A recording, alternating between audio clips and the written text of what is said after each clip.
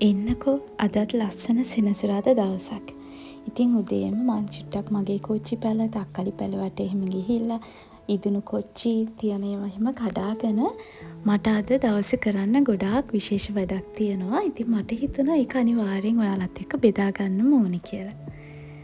අපි හැමෝම දන්නවනේ මේ දවස්වල මුළු ලෝකෙම ලොකු ෆුවල් ක්‍රයිසිස් එකකට මුහුණ දීලා තියෙන්නේ.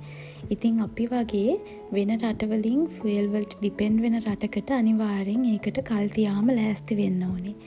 ඉතින් මුළු රටම ඒකට ලෑස්ති වෙන වෙලේ මට හිතුණා මෙච්චර ලස්සන ගමක මේ තරම් ස්වභාවික සම්පත් එක්ක ජීවත් වෙනකොට අපිත් අනිවාර්යෙන්ම ඒකට ලෑස්ති වෙන්න ඕනේ කියලා. ඉතින් අපි හැමදාම ගෑස් එකෙන් උයන නිසා සමහර විට ගෑස් නැති වුණොත් කොහොමද උයන්නේ කියන එකටත් අපි කල් තියාම ලෑස්ති වෙන්න ඕනේ. ඉතින් මම ඒකට මගේ දරලිප. ඒක දැන් ගොඩ කාලෙකින් අපි පාවිච්චි කරලා නැහැ. මොකද ඇත්තම කියන්න අපේ ගෙදර ගෑස් ලිප් 6ක් තියෙනවා. ඒ කියන්නේ ලිප් දෙකක අපිට උයන්න පුළුවන් ලිප් 6ක් තියෙනවා.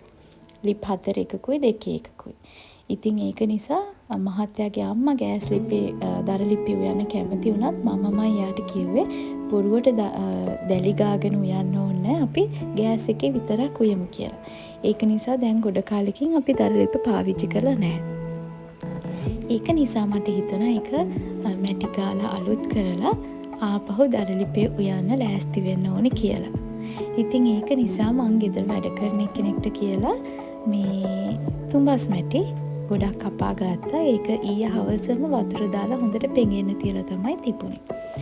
අද උදේත් මම ඒකට හොඳට වතුර එහෙම දාලා චුට්ටක් මේ වගේ යකඩ පොඩි මෝල් ගහකින් ටිකක් කොටලා මේක තියලා මම උදේ කෑම හදාගෙන උදේට කාලා එහෙම ටික වෙලාවකින් මේක හොඳට අනලා ලුතෙන් මගේ ලිප හදා ගන්නයි යන්නේ. ඉතින් මේ ලිපට මැටි අනන තැන තමයි මේ චූටි ජෝඩුව ඉන්නේ. අපි මේ වගේ වත්තක දාලා ගිය බලපටව දෙන්නේ කියනවා හරිම හුරතල්. ඒ දෙන්නට නම් උදේම කෑම දීලා තියෙන්නේ. දැන් මං යන්නේ අපේ කුරුල්ලන්ට තියෙන තැනට බත් චුට්ටක් තියන්න. බත් එක නම් තාම රස්නේ ඉදිච්ච ගමන් එයාලට බත් එක තියලා මම මගේ කෑම එකත් හදා ගන්නයි යන්නේ. ඉතින් සෙනසුරාදා ඉරිදා මට ගොඩක් විශේෂ. මම මේ දවස් දෙකේ මගේ උදේ කෑම එක හරියම නිවාඩුව බොහොම සැහැල්ලුවෙන් තමයි හදාගන්නේ. අනිත් දවස් වලට ටටක් ගාලා හදාගෙන වැඩට දුවනවා එහෙමනේ. ඉතින් ගෙදර අනිත් අයට නම් මම උදේ උයලා තියෙන්නේ බත් උයලා චිකන් එහෙම උයලා මං අද මට හදාගන්න යන්නේ මුං ඇට වලින් පොඩි තෝස එකකුයි ස්ක්‍රැම්බල් කරපු එග්ස් එකල තමයි කන්න ලෑස්ති වෙලා ඉන්නේ. ඉතින් රැයක් පෙඟෙන්න දාපු මුං ඇට මම මේ වගේ ග්‍රයින්ඩර් ජායකට දාලා හොඳට බ්ලෙන්ඩ් කරගෙන ඒකට සූදුරු ටිකකුයි ලුණු කුඩුයි දාලා කලවම් කරලා non stick pan එකේ හොඳට තුනී කරලා ස්පැචියුල එකකින් ගොඩාක් හොඳට තුනී වෙන තුනී කරලා හොඳ soft සහ crispy දෝස එකක් හදා ගන්නවා. ඉතින් මේ non stick pan එක ගොඩාක් ලොකුයි. ඒක නිසා මේකෙන් එක දෝස එකක් හදාගත්තම හොඳට මැදි. මෙතන කප් භාගයකට වඩා ටිකක් වැඩියෙන් වගේ මුං ඇට තියෙනවා. ඉතින් ලොකු බත් ගොඩක් කාලා උදේ වැඩ පටන් ගන්නවට වඩා මේ වගේ සැහැල්ලු සහ ප්‍රෝටීන් බහුල කෑම එකක් කාපුවම දවසම ගොඩක් ක්‍රියාශීලීව මට වැඩ කරන්න පුළුවන්.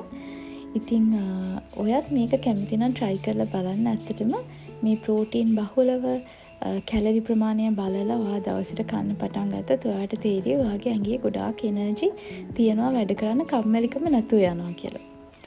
ඉතින් මම ඒකට ප්‍රෝටීන් වැඩිපුර එන්න හින්දා මම බිත්තර 3ක් මේ වගේ කලලා දාගෙන ඒකට ලුණු ගම්මිරිස් ලුණු කුඩු සහ ටිකක් සැරෙන්න මිරිස් කුඩු ටිකකුත් දාලා හොඳට බීට් කරගෙන ඒකත් ස්ක්‍රැම්බල් කරගන්නවා. ඉතින් ඒක තමයි අද මගේ උදේ කෑම එක විදිහට මම ගන්න යන්නේ. මං අද මේ ලිප හදන විදිය ගැන විශේෂයෙන් ඔයත් එක්ක ෂෙයා කරගන්න හිතුවේ.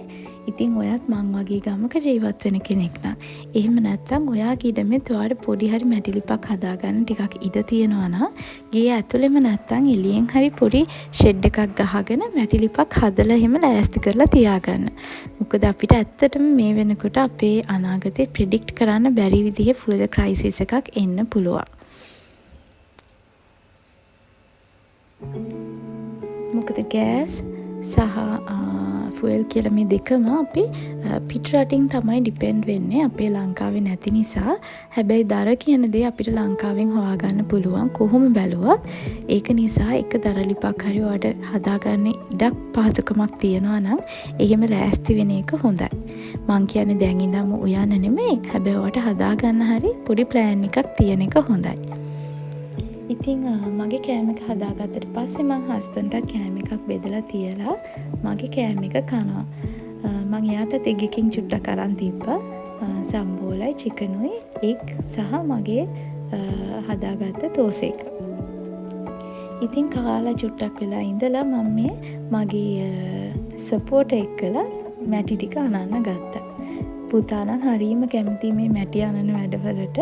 ඉතින් එයා මට උදව් කරන්නම් කියලා ආවට අන්තිමට එයා මැටි ටිකක් වෙන් කරගෙන ගිහිල්ලා එයා අනාන වෙන වෙන දේවල් හැදුවා. හැබැයි තනි නොතනියට එයා එහෙම ළඟ හිටපු එක මට ගොඩාක් හොඳයි. ඉතින් ඇත්තම කියන්න මට මේ මැටි කපලා දෙනකොටම එයා කිව්වා හරිනම් මේ මැටි අනලා හොඳට පදන් වෙන්න තියන්න ඕනේ දවසක් කියලා. එහෙම නැතොත් මේ ලිප බැන්දට පස්සේ මේක පුපුරනවා කියලා. හැබැයි ඉතින් ඇත්තටම මට මේ වෙලාවේ ලිප පුපුරනට වඩා ලිප ටක් ගාලා හදා ගන්නයි ඕනේ උනේ. මොකද අවුරුද්දට මං අනිවාර්යයෙන්ම ගොම මැටි කාලා මේක ලස්සනට හදා ගන්නවා කියලා හිතාගෙන තමයි ඉන්නේ.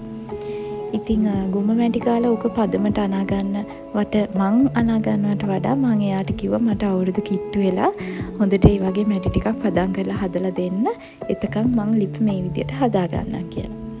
ඉතින් අපේ තෙල් මෝලේ ගොඩක් අලු ඉතුරු වෙලා තිබුණා ලිපේ. ඉතින් මම ඒ අලුත් ගෙනල්ලා මේකට දාලා හොඳට හලලා දාන්න ඕනේ. මොකද නැත්තම් කැට කැට අඟුරු කැට එහෙම තියෙන්න පුළුවන්. හොඳට හලලා මේ වගේ හොඳට අනා ගන්න ඕනේ. මෙතන සාමාන්‍යයෙන් මැටි ගොඩක් තියෙනවා. මොකද මගේ ලිප තියෙන්නේ නිකම්ම කඩෙන් ගෙනාපු ලිප් දෙකක් විතරයි. මට ඕනේ උනේ ඒක අර පරණ ගැමි කුස්සියක වගේ හොඳට උස්සලා ලස්සනට හදාගන්න. ඒක නිසා මට මැටි ටිකක් වැඩිපුර ඕනේ වුණා. ඉතින් මේක හොඳට වතුර දැදලා හොඳ තුනියට එනකම් මං හොඳට අනාගත්තා. මේ ඉතින් පුතා එයා වෙනම මැටි ගුලියක් හදාගෙන එයා ඒකේ පදම සැරෙන් සැරේ මට පෙන්නනවා. දැන් මම මේ එළියනොත් අලුත් ලිපක් ගෙනාවා. මගේ පරණ තිබ්බ ලිපක් අයින් කරලා. මොකද මේවා ගොඩ කාලෙකින් පාවිච්චි කරලා නැති නිසා ඇත්තටම ටිකක් ඇත වෙලා තමයි තිබුණේ. මං ඉස්සෙල්ලාම බිමට මැටි ටිකක් ගාලා බිම හොඳට පිරිසිදු කරන් බිමට මැටි ටිකක් ගාලා ඊට පස්සේ මේ ලිප් දෙක එතන උඩින් තිබ්බ හොඳට හයියට තියාගන්න ඕනේ නිසා. ඊට පස්සේ බලන්නකො මම මේක හදන විදිය මම ඇත්තටම හිතුවා අර පරණ කුස්සි ලස්සනට හදාගෙන තියෙන ඔයගොල්ලෝ දැකලා තියෙනවා නම් අර මේ කෝකියා කියලා channel එකක් තියෙනවා. ඒකේ ඒගොල්ලන්ගේ ලිප් එහෙම මට හරිය ආසයි ඒක දැක්කම. ඉතින් මට හිතුණා මේ වගේ ලස්සනට ලිපක් හදාගන්න ඕනේ කියලා. ඉතින් මම මේ වගේ ලිප් දෙක හොඳට ෆික්ස් වෙන්න තියලා ඊට පස්සේ ඒකේ වටේටම හොඳට ගල් දාලා අර ලිප් මට්ටමටම උස් වෙන්න හදාගත්තා. හදලා ඒ ගල් ටික මැටි වලින් හොඳට කවර් කරලා තමයි මගේ ලිප හදාගත්තේ. මේක ටිකක් වෙලාව යන ශ්‍රමය යන වැඩක්. ඉතින් බොහොම නිවාඩුව කරන්න ඕනේ. මැටි නම් ටිකක් වැඩිපුර යනවා. ඉතින් මෙහෙම මැටි ලිපක් හදා ගන්නවාට බැයි නම් අඩු ගානේ කඩෙන් ගෙන නිකම්ම මැටි ලිපේ හරි දර චුට්ටක් දාලා උයන්න පොඩි තැනක් දැන් ඉඳන්ම ලෑස්ති කරලා තියාගත්තොත් හොඳයි කියලා මට හිතෙනවා.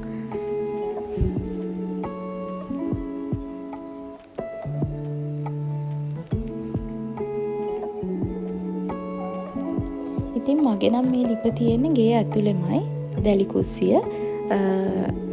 සමහර විට ඔයාට ගේ ඇතුලේ මේ වගේ ඉඩක් නැති වෙන්න පුළුවන්. එහෙම වුණොත් එළිය හදා ගන්න පුළුවන්. එහෙම නැත්නම් ගේ ඇතුලේ ඉඩක් තියනවා නම් මේ වගේ හොඳට දුම් යන්න පුළුවන් පෝරණුවක් තියෙන තැනක තමයි මේක හදන්න ඕනේ. මොකද දර වලින් උයනකොට ගොඩාක් දැලියෙනවා. ඇත්තටම මහත්තයාගේ අම්මා නම් දර ලිපේ වන්න ගොඩක් කැමතියි. මම තමයි යාට එපා කියලා ගෑස් එකේම ඉවේ. මොකද මං ඇත්තටම කැමති නැහැ දැලි අත ගාගෙන වලන් හොදන්න. ඉතින් මේ වෙලාවේ මම මේ දර ලිප හදන නිසා මම වෙනම ග්ලව්ස් පෙට්ටියකුත් අරගෙන එන්න තමයි හිතාගෙන ඉන්නේ. මොකද වලන් එහෙම හොදනකොට නැත්තම් අපි වැඩට යනකොට අපිට හදිසියෙ මේ අත හොඳට දෙහි දාලා සුද්ධ කරගන්න වෙලා නැති වුණොත් නියපොතු එහෙම කැත වෙන්න පුළුවන්.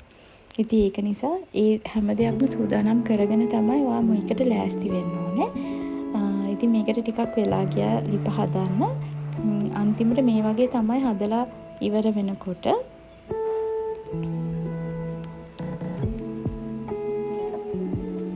ඇත්තටම මේ ලිප පුරනවා. ඒ කියන්නේ මම මේක පදන් වෙන්න තිබ්බ නැති හින්දා මැටි එක. හැබැයි මම මේක ආයේ අවුරුද්ද කිට්ටු වෙලා හොඳට පදම් කරපු මැටි වලින් කවර් කරන්න හිතන් ඉන්නවා. එතකොට මම මේ වීඩියෝ එකත් ඔයාලට අරගෙන එන්නම්. ඉතින් දැන් නම් මේ ලිප හදලා මට හරිම මහන්සි.